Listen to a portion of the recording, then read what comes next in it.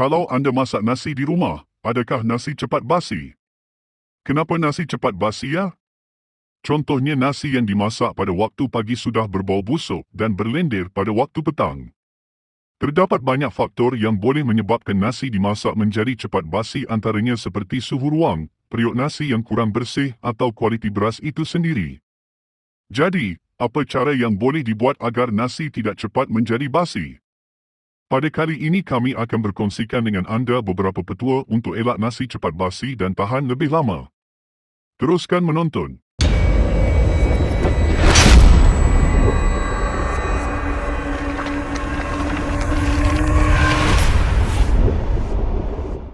Tanda-tanda nasi basi. Terdapat beberapa tanda yang anda boleh lihat yang menunjukkan nasi putih sudah basi atau rosak. Tekstur nasi agak lembik dan berlendir. Apabila dipegang, ia mudah pecah atau hancur. Nasi mengeluarkan bau sedikit masam atau busuk, tidak seperti nasi yang baru dimasak. Nasi terlalu kering dan keras. Ini biasanya berlaku pada nasi yang telah disimpan terlalu lama di dalam peti sejuk. Nasi berubah warna menjadi kekuningan dan tidak lagi putih. Petua elak nasi cepat basi. Nasi boleh menjadi cepat rosak disebabkan beberapa faktor seperti yang telah dijelaskan sebelum ini. Atas sebab ini, petua yang diberikan juga melibatkan kepada semua proses sebelum dan selepas memasak nasi. Antara petua untuk mengelakkan nasi cepat basi adalah: 1. Basuh periuk dengan bersih. Ya, kadang-kadang periuk yang digunakan itu sebenarnya menjadi punca utama mengapa nasi yang dimasak selalu basi. Ini mungkin disebabkan oleh agen bakteria yang terdapat dalam sisa-sisa nasi sebelumnya yang masih melekat pada periuk. Salah satu kaedah mencuci periuk nasi yang biasa digunakan ialah menggunakan asam keping. Caranya seperti ini. Basuh periuk seperti biasa dengan menggunakan sabun pencuci pinggan. Kemudian, bilas sehingga bersih. Setelah itu, masukkan 3 genggam garam kasar beserta beberapa keping asam keping. Tambahkan sedikit air ke dalam periuk. Gosok dalam periuk dengan campuran asam keping dan garam itu tadi menggunakan tangan. Setelah itu, biarkan selama 15 minit. Lakukan langkah yang sama sebelum ini sebanyak 3 atau 4 kali.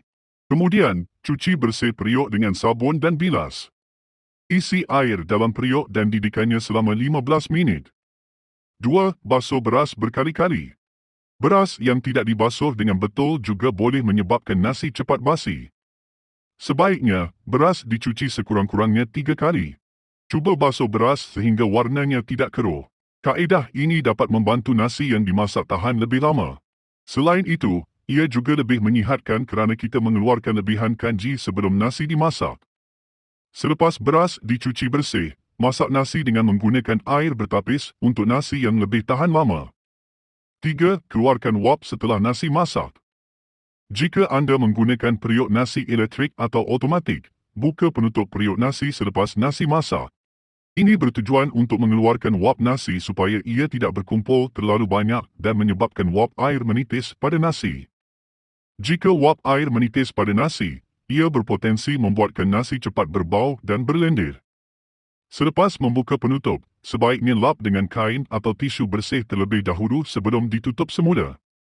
Anda juga boleh menggemburkan nasi ketika penutup dibuka agar nasi berderai elok dan tidak berketul apabila telah sejuk. 4. Panaskan periuk atas api. Ada kalanya kita terlupa membasuh periuk dan nasi yang tinggal menjadi berkulat dan busuk. Ketika ini, bakteria dan kulat telah berkembang biak dengan jayanya dalam periuk anda. Jadi jangan hairan kenapa nasi cepat rosak walaupun periuk dibasuh berkali-kali. Perlu diingat, sesetengah bakteria tidak mudah disingkirkan dengan hanya sabun pencuci pinggan sahaja. Oleh itu, anda perlu menggunakan kaedah lain untuk membunuhnya. Letakkan periuk secara terbalik di atas dapur dan hidupkan api. Biarkan selama beberapa minit agar api dapat membunuh bakteria pada periuk sebaik mungkin. Kesimpulan. Sekarang anda tahu apa punca dan mengapa nasi cepat basi di rumah. Gunakan petua yang kami kongsikan dalam video ini agar nasi dapat bertahan lebih lama. Selamat mencuba. Jika anda mempunyai petua lain, sila kongsikannya di bahagian komen. Jumper di next video. video. Terima kasih kerana menonton. Jangan lupa subscribe, like, comment, dan share. Peace and surprise.